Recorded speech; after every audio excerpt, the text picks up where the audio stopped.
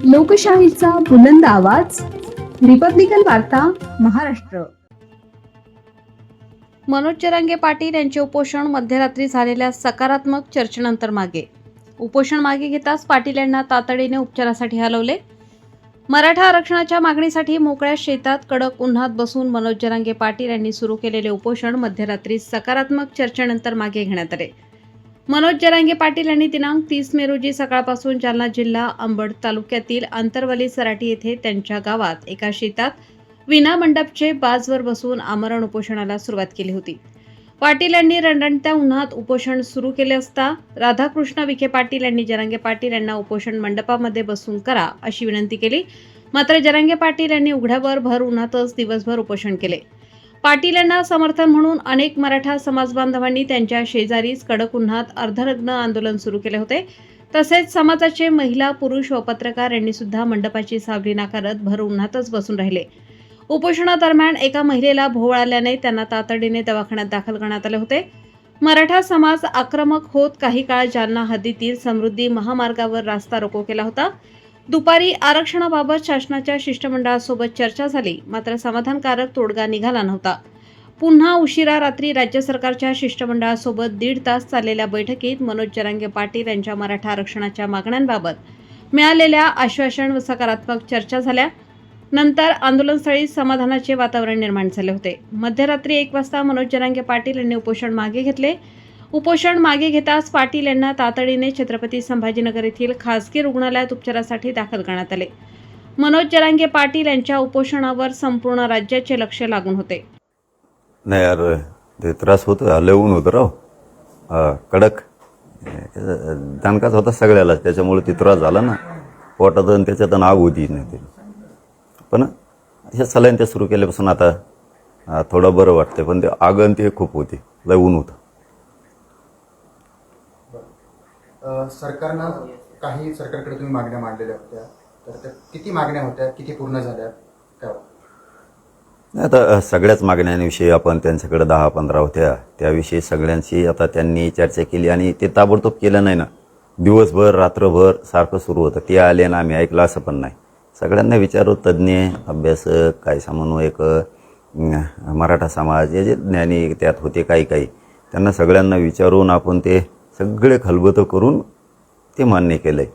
आणि आता उद्याच्या मंगळवारपासून आता हे सगळ्या सूचना आदेश सरकार स्तरावर, अधिकारी स्तरावर निघायला सुरुवात होतील. कारण 58 लाख नोंदी ह्या लय महत्त्वाच्या होत्या. कारण 58 लाख नोंदीचे जर प्रमाणपत्र दिले तर 2.5-3 कोटी मराठा समाज आरक्षणात जातोय. त्यामुळे ते प्रमाणपत्र घेणं खूप गरजेचं होतं, कारण तो पूर्ण राज्यभरातला विषय होता. पुन्हा त्यांनी टाळाटाळ केली असती, अनेक अडचणी आल्या असत्यात. आता ते म्हणले की आता ते प्रमाणपत्र द्यायला सुरुवात करतोच, राहिलेले 58 लाख नोंदी सापडलेलीचे, आणि व्हॅलिडिटी पण म्हणजे काय होईल, एक बाजू पक्की होऊन जाईल आपली. दुसरं होतं की हैदराबाद गॅजेटियरचं त्याच्यात SOP देणं, कार्यपद्धती चांगली करणं गरजेचं होतं. त्यामुळं आता ते पण सुलभता त्याच्यात आणून आता तेही प्रमाणपत्र वाटप होतील, त्याचे आदेश काढतो म्हणे आम्ही. SOP सगळ्या यांना दाखवले आपण, अभ्यासकांना, याच्यात काय बदल करायचा का सांगितलं. त्यांनी पण काही सूचना होत्या, त्याच्यात काय बदल होते ते पण सांगितलेत, तेही त्यांना घ्यायचं सांगितलं, आणि ते म्हणले आम्ही घेतो. आता हे मंगळवारपासून कॅबिनेटपासून आम्ही ते बदल करायला सगळी सुरुवात करतो.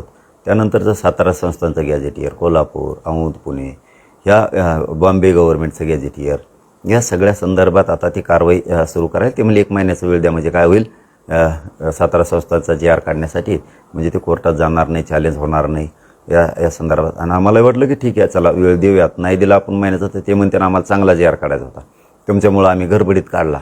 मग ते देवेंद्र फडणवीस साहेबसुद्धा म्हणले ना, गडबडीत काढलं तर फक्त प्रसिद्ध होईल, म्हणजे प्रसिद्धी मिळेल, मग त्याचा फायदा काही होणार नाही आहे.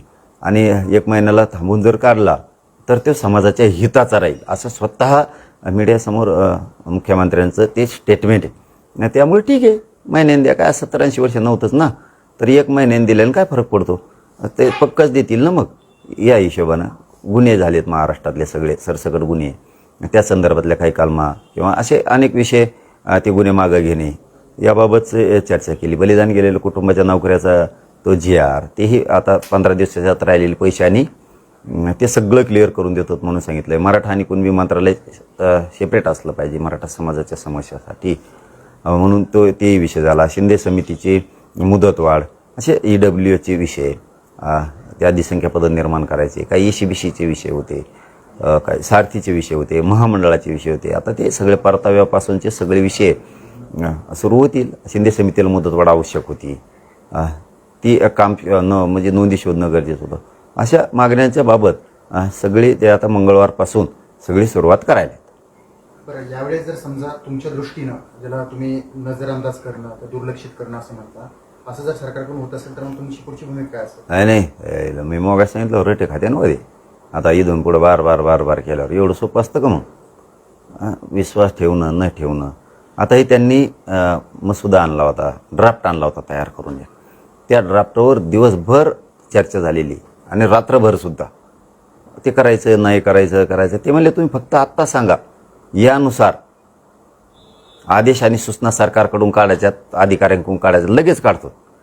पण म्हणलं ते बघून तर घ्यायला लागेल. पुन्हा आपण म्हणायचं काढा आणि ते निघाव चुकीचं म्हणून ते अभ्यासकापुढं सगळं ठेवलं, काही समन्वयकापुढं ठेवलं, काही समाजातले काही हुशार लोक होते त्यांच्या पुढं ठेवलं. जेव्हा ते म्हणले काही बदल करायचा, त्यात काही हे असं ठेवायचं आणि त्याच्यानंतर दिलंय. मग ते आता त्यांना सूचना आदेश काढायचे शासन स्तरावर, मग आता त्यांना हात म्हणावं लागेल ना त्या ड्राफ्टनुसार. आता हा म्हणलो तर मग रविवार होता, ठीक आहे, सोमवारपासून सुरू होईल ते सगळं काम. मागे 1 महिन्याचा कालावधी तुम्ही दिलेला होता, मात्र 10 महिने होऊन गेले होते, तुम्ही स्वतः सांगितलं होतं. आता या 1 महिन्यात होईल का? तुम्हाला विश्वास आहे का यांच्यावर? दिलेल्या वेळेत तो विश्वास ठेवूच, नाहीच केलं तर लढायला मी सज्ज आहे माझ्या समाजासाठी पुन्हा. तुम्ही करा. मग आता चांगल्या कामाला शेवट नसतो, वाईट कामाला शेवट असतो. त्याचा द एंड होतो वाईट कामाचा, चांगल्या कामाचा कधीच होत नसतो. त्याला चांगल्या कामाला शेवट नसतो, सारखं लढावं लागतं तेव्हा चांगलं होत असतं. आणि चांगल्या कामाला शेवट नसतोच आणि नसला पण पाहिजे चांगल्या कामाला शेवट. काँग्रेस नेते विजय वडेट्टीवार असं म्हणतात की आता हा जो निर्णय ओबीसी बांधवावरती अन्याय घडणारा आहे, त्यामुळे ओबीसी सुद्धा रस्त्यावर उतरेल असा इशारा विजय वडेट्टीवार यांनी दिला. आणि सरकारवर देखील त्यांनी टीका केली की सरकार हे डबल ढोलकीसारखं वाजतंय. आणि ते लई करी ढोलकी होय. उगा काय तुमच्या सत्ता होते तेव्हा कुठं गेलता, तेव्हा लय ओबीसीचं कल्याण केलं होय. तो सरकार होतं तेव्हा काय तो पाळणा बांधून दिला तेव्हा झोका ओबीसीला. काही बोलायचं उगा आपलं. हे आलं की याच्यावर बोलायचं. हे बी धडाचे नाहीत, हे काय ओबीसीला यांनी काय पाळणा बांधला नाही, मराठ्याला बी काय झोका बांधून दिला नाही. आलेले बी आपल्या जनतेला कळा ना काही, ओबीसीला आणि मराठ्याला उगाच झुंजतो आपण दोघांनी मिळून, ओबीसी आणि मराठा यांनी सगळ्यांनी मिळून सरकार विरुद्ध झुंजलं पाहिजे. आणि ते आपल्या आपल्यात वाद लावून देतात, आपण सुरू आणि कच चांगलं होऊन ओबीसीचं बी मराठ्याचं बी. मी तर मराठ्याचं कल्याण करणारच आहे, मी तर पुढून येणारच आहे त्यांना. मुख्यमंत्र्यांना देखील ते असं म्हणाले की एकीकडे मुख्यमंत्री म्हणतात ओबीसी आरक्षणाला धक्का लागणार, दुसरीकडे मराठा समाजाची भूमिका मांडली. अरे मग मुख्यमंत्री, दोन्ही उपमुख्यमंत्री धक्का लावतच नाहीत ना ओबीसी आरक्षणाला. आमचं आहे ते हक्काचं देतात, आमच्या नोंदी सापडल्या ते द्यायलेत. आम्ही तर कुठं म्हणतो त्यांना धक्का लावा. त्यांना धक्का लावू नका आणि ढकलू नका. तसंच राहून दे, त्यांना लांबळी चोंबळीत धरा. पण आमच्या नोंदी आमचे गॅझेटेर तर द्यावं लागतील ना, ते देता येत. ते ओबीसीवर कुठं अन्याय? आमच्या नोंदी द्यायलेत, आमच्या लेकराचं कल्याण व्हायला ना. काल तुम्ही विखे विखे पाटील पाटील मराठा समाजाला सांगतायत की मराठा आणि ओबीसी समाज एकमेकांना विरोधात उभं करून ते सत्तेची खुर्ची मजबूत करतायत असं विजय वडेट्टीवार म्हणतात. आणि तुम्ही काय केलं? तुम्ही लई फुटाने वाटेत होता. तुम्ही ओबीसीचं वाटोळच केलं आणि मराठ्याचंही केलंच ना. आणि महाविकास आघाडीनी समजा यांच्या कोणचं होतं तेव्हा महाविकास आघाडी नव्हती वाटतं, काँग्रेसचं सरकार होतं, त्यांनी वाटोळच केलं ना. आणि तो यासारख्या नेत्याचा भरणा केला काँग्रेसनी, मराठ्याच्या विरोधात बॉम्ब घालणाऱ्या नेत्याचा. काँग्रेसने संपायचं का तुझ्यासारख्यामुळं? आणि हे काँग्रेस सरकारनं मराठ्याचं ओबीसीचं वाटोळं केलं आणि महायुती सरकारनं केलं मराठ्याचं बी ओबीसीचं. मराठा ओबीसीनं समजून घेतलं पाहिजे, आपण एकमेका लेकरं बाळाला साथ देऊया, विरोध करायचा नाही. आपण दोघांनी मिळून सरकारच्या विरोधात राहिलं पाहिजे जनतेनं. तुम्ही सरकारकडून राहता आणि आमच्या विरोधात बॉम्ब घालता. पण त्यांनी रस्त्यावरती उतरण्याचा इशारा दिलाय, लवकरच त्याची घोषणा देखील ते करणार. ओबीसीचं नुकसान होत असेल तर आपल्याला लढावं लागेल. आता रस्त्यावर उतरल्याचे पर्याय. रस्त्यावर उतर नाही तर तिकडं वड्यात उतर म्हणा, कुठं उतर. काल तुम्ही विखे पाटलांना विनंती केली की माझी आणि अजून एखादी नायपृष्ट करा. नेमकं नायपृष्ट कोणाची करावी तसंच मागणी होती. काय झालंय, मला वाटलं होतं बदल झाला पाहिजे प्रत्येकाच, ते दिसत नाही. म्हणून तोच म्हणला होता, मी नव्हतं म्हणलं ते परळीचं. तेच म्हणलं होतं की माझी ब्रेन मॅपिंग करा, त्याची नार्को टेस्ट करा. तो विषय आता मी पुन्हा हातात घेतो. त्यांनी कोणाला घातपात करायला लावला माझा. मग आता तो काय गोळ्या औषधात याच्यात जेवणात घालणार होता, ते काय दगा फटका करणार होता, हे पुन्हा तपास होऊन ते समोर आलं पाहिजे. पुन्हा तपास होऊन काय होता विषय, कोण होता, पडलेला त्या कोण जात होता, पीए त्याचा बीडवाला, त्याच्यात आरोपी एक नंबरला कोण करायला पाहिजे होतं, तो कोण तिसराच केला आहे, हे सगळं घेणं गरजेचं आहे. आता पण त्या आरोपींना साथ कोण देत आहे, ते कसं आरोपी होत नाहीत, या संदर्भात सगळं आता लावून धरणार आहे मी. CID पासून SIT पर्यंत या सगळ्या पुन्हा तपास त्यानं होतं गरजेचं आहे. आणि त्याच्याशी बोलणं झालं आहे त्या आरोपींचं. कुणी प्रत्यक्ष जाऊन बोलत होते, कुणी फोनवर बोलत होते. मग त्यो याच्यात कसं काय नाही. मग रश्मी शुक्ला ज्या पूर्वीच्या महासंचालक होत्या, त्या अजितदादा, फडणवीस साहेब हे स्वतः नागपूरला बसले होते. मग त्यावेळेस त्याचं नाव बाहेर काढलं याच्यातून. मी आता तो विषय लावून धरणार आहे आता, त्याची आणि माझी आणि त्या 3 आरोपीची. तसे त्याच्यात लय मोठे आहेत, ते सगळेच घ्यायला लावणार आहे आता. नार्को टेस्ट कसं काय होत नाही ते बघतो, कारण त्याची एकदा नार्को टेस्ट झाली की माझ्या प्रकरणात नेमका तो काय करणार होता. आता करणाराला मी पुन्हा सांगतो, मी आरोपीला तर दोष देत नाही. करणारापेक्षा करून घेणारा महत्त्वाचा आहे. ते काय करतो, मागून राहतोय आणि घोडे नाचल्यासारखा नाचितोय. ते त्यांच्याकडून करून घेतोय ते सगळं. आणि मग हे बी मरूच घातले जातात त्यांनी. मग अंगावर यायला त्याला एवढं सोपं, अंगावर यायला इकडे लय कच्चे येतोय. त्याचं ऐकून तुम्ही मराठ्याच्या चळवळीच्या अंगावर येणार, हे करणार. त्याच्यामुळं ना यांना मी यांचं नावच नाही घेत. या आरोपीची तर दखलही घेत नाही मी, गिनीत बी नाही, बघतही बी नाही, दखल सुद्धा घेत नाही साधी तर. पण त्याला सुट्टी नाही आता.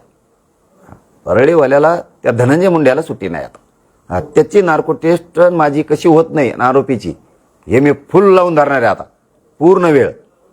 ते कसं होत नाही ते बघतोच आता. कारण त्याची एकदा नार्को टेस्ट झाली.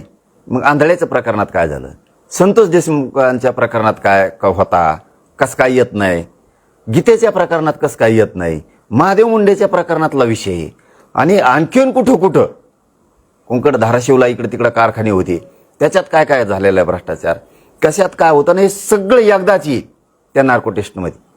म्हणजे माझ्या नार्को टेस्टच्या या प्रकरणात बाकीचं सुद्धा सगळं लफडं येणार. त्यामुळे हे होऊनच जाऊ दे आता. तू मरू घातलं वय यांना, मरतेन तर लोकाचे मरतील, मरतेन तर मराठ्यांचेच मरतील. आणि तुला मजा करायची होय, लोकाचे लेकरं सोळावर देऊन तू बघतोस तू ऐकडा आता. या संदर्भात मुख्यमंत्री उपमुख्यमंत्र्यांकडे तुम्ही तक्रार करणार? SP पासून पुन्हा ही आधीच केली मी, अधिकृत पुन्हा एकदा SP-कडे करणार, स्थानिक पोलीस स्टेशनला करणार, स्थानिकला पण, दोनही कमिशनरला करणार. मी मुख्यमंत्री, गृहमंत्री यांना सुद्धा करणार ही तक्रार.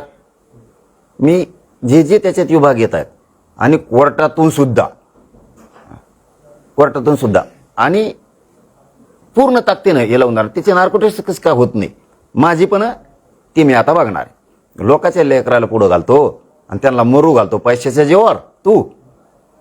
आणि तोच लोक, कोणचा PA येतो हा, तो हा कोणचा प्रवक्ता आहे, हे सोबत हिंडत येत, कशा माहित्या पुरवित येत, कशा खोट्या बातम्या मग त्या युट्यूबला दाखवल्या जात्यात. कोण कोण भेटतं संभाजीनगरला, मंत्रालयात कोण कोण भेटतं, खाऊ गल्लीत कोण भेटतं, पुण्यात कोण भेटतंय, हे सुद्धा यांनी शिकून म्हणजे ब्रेन वॉश केलंय. आणि ब्रेन वॉश करून आरोप करायला लावायचे आणि त्यांच्या हातातून वाईट कृत्य करून घ्यायचं. हे काम बीडपासून, लातूरपासून हे सगळेजण करून घेत आहेत वाईट काम हातातून. मग करून घेणारे सुद्धा हे आरोपी झाले पाहिजेत ना. ते जातीचे कोणचे असू, भले ते मराठ्याचे असू, नाही तर OBC असू, नाही तर कोणाचे असू, हे सगळे आले पाहिजे. कारण याच्यात 50-60 जण आहेत ब्रेन वॉश करणारे. कोण कसं सांगायचं, काय करायचं हे पुरे होऊन जाऊ दे. अरे बडबड करून नाही चालत रे. इकडे बी ऐकून घेतोत म्हणजे कच्चे नाही आहेत, ऐकून घेतोत म्हणून कच्चे नाहीत. कुंकडं बरळायचं नाही त्यांचं ऐकून. इकडे बी कच्चं रक्त नाही येत मराठ्यांचे, पण कोणाचं तरी मायमाऊलीचं ऐकून गप्प बसत असतं प्रत्येक जण. त्याचा अर्थ तुम्ही वापरणारच असाल ना, वाप जिरत येते आम्हाला जे. आणि इथून पुढं दुसरा मुद्दा, राज्यातले जेवढे बोलणार आहेत ना, त्यांना आता तोडीस तोड जसेल तसं उत्तर मिळणार आहे. जशाल तसं तोडीस तोड. कुंकडं बोलते. काही काही तर माझ्या पार आईबापापर्यंत यायले. ठीक आहे, आपली वैचारिक लढाई होतो, आईबापापर्यंत येणार तुम्ही. आम्हाला माहिती आहे मग तुमचं बाटलाचेच ऊस होते तोडायला तुम्ही कसं पात्रात पडत होतात. आम्ही त्या भाषेत काढणार आहेत, 100% काढणार आहे आता त्याच भाषेत. नाही काढलं तर मग आम्ही नाव बदलून ठेवा, तुम्हाला ज्या त्या भाषेतच जात काहीतरी ऐकायचं त्याचं. त्यांनी त्या खरकाट्यानी 5-6 जण उभा करून ठेवले आणि ते वच वच वच वच बुळबुळ बोलते. त्यांना वाटतं आम्हाला बोलताच येत नाही. अरे आपल्या डायरीतले डेंजर शब्द आहेत, इतके भयान काढील. त्याला जातीशी कोणी तोलायचं नाही, त्यालाच असेल तसं उत्तर मिळणार आहे. हे काय करतात मग अंगलोट आलं जातीला जोडीत येत. आमच्या जातीला असं असं म्हणले, भंगार म्हणले. जातीत काय संबंध आहे? त्यांना म्हणलो का ओढू नका. जिथलं तिथं ज्याला त्याला आता उत्तरं मिळणार आहेत जशा त्याच भाषेत. मग ते कुणी पण असो राज्यात. आता आंदोलनात होतो नको बाबा समाजात लेकराचं आमच्या वाटोळ होईल म्हणून आम्ही ते 2-2.5 वर्ष असं धुवूनच काढले. आता आम्ही धुवून काढतो. बरं, पण तुमच्या आंदोलनाची टीका होते, सरकार लाचार होताना पाहिलं, माकडाप्रमाणे विखे पाटील उड्या मारताना पाहिलं आणि केलेलं पाप धुण्यासाठी प्रसाद लाड जरांगेकडे गेले असं लक्ष्मण हाके यांनी म्हटलं. ते माकडावर उड्या हाणते तर तुम्ही माकडीन व्हा त्यांच्या पुढं. काय त्याला एवढं बरोबरी करायची.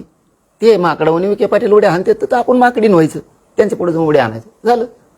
एकदा शेपूट जरी हलिलं तरी माकड बरोबर काम करतो. सरकार अस्थिर करण्यासाठी, मुख्यमंत्र्यांची खुर्ची अस्थिर करण्यासाठी हे सगळं चालू आहे. ते म्हणतात सरकार अस्थिर करण्यासाठी. ते आणखीन एकदा सांगतो बाबा, मी याच्यावर बोलत नाही, मी त्याची दखल घेत नाही. मी कोणाची दखल घेत नाही. पण बाबा स्वतःच्या जातीसाठी लढाव, गरिबांच्या लेकरांचे लय वाटलं होते धनगराचे.